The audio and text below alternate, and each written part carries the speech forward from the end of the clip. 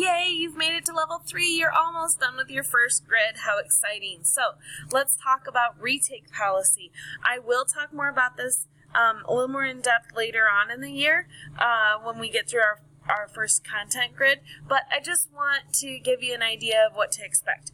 So on my wall, and this might look familiar to you, I have an area that says, let's try that again.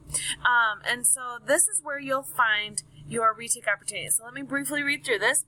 So first and foremost, the purpose of providing retakes is because I want to ensure that when students are striving to master content, they have multiple opportunities to reach that desired goal. So like if you're striving to really master the content, which you should, I want to give you opportunities to do just that. And we don't always get it right the first time, so there are retake opportunities. But what I want you to consider is this is not a fallback option. This is not the idea of I don't try the first time because there's a retake. Why would you want to redo everything when you already had to do it, right? Like just get it right the first time. But we know that we're human and things happen, so we do have retake options, okay? So I'm not going to read this word for word, but just to give you an overview, okay? On my wall in my room, there are these 3 bins, okay? This middle bin is really going to be for more like extra materials. So it's not going to be something you need necessarily, but on either side you have Math 6 and Math A. So depending on which math class you're in, there will be papers in here that for each unit, so I'll update the papers each unit, where it will basically say the things listed on here. So first and foremost, these retakes are for summative assessments only, okay? With formative assessments, you can kind of retake, and that's where we'll conference and discuss, but since it's not for your grade, summative assessments are what are for an actual grade, and so that's why you get the opportunity to retake those more officially than those other things, okay? So there will be a retake contract in there, and there will be a few things listed on there. It will always say, first off at the top, you have to put your name. Secondly, you will need to circle which standard. Now, if there was only one standard, then that's obviously the only standard being assessed. But sometimes there were like 2, 3, possibly 4 on the assessment, and you may only need to retake 1 or 2 of those. So circle the ones that you need, and you'll know that based off of your assessment because it's always at the top of the assessment.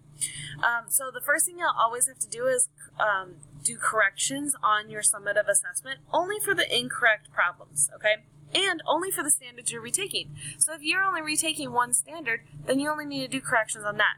But very, very important, you must use a separate sheet of paper as well as have your assessment with it, right? So if you don't have your summative assessment, first off, you're not going to know what to correct. Secondly, I'm not going to be able to see what problems you have.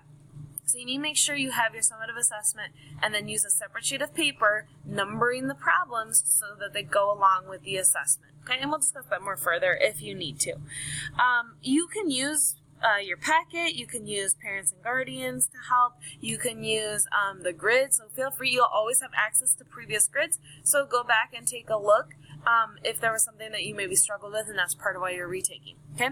Then step 2, now this won't always be on there, but most times it will. There'll be some kind of extra practice you need to do, whether it's some IXLs you need to complete or practice problems that are on the contract, maybe there's a video you need to go and watch, things like that. That'll be indicated on the contract. And then the last thing is that you and a parent needs to sign the retake contract. Here's the really important part. There will be a date on there, and I will discuss it every single time we finish a grid. I will let you know what the dates are when I'm putting them in the bin, so you will know, but it is your responsibility to make sure that you get those tasks, these 3 tasks, done by the due date that it says and turned in to me with your assessment, okay? By that due date. I will not accept it past that due date. You usually have a few days from when the end of the grid is. So for example, maybe you get the summative assessment done sooner, you might be able to get the contract and all that done before the due date, but it'll always be a few days after when the grid is done.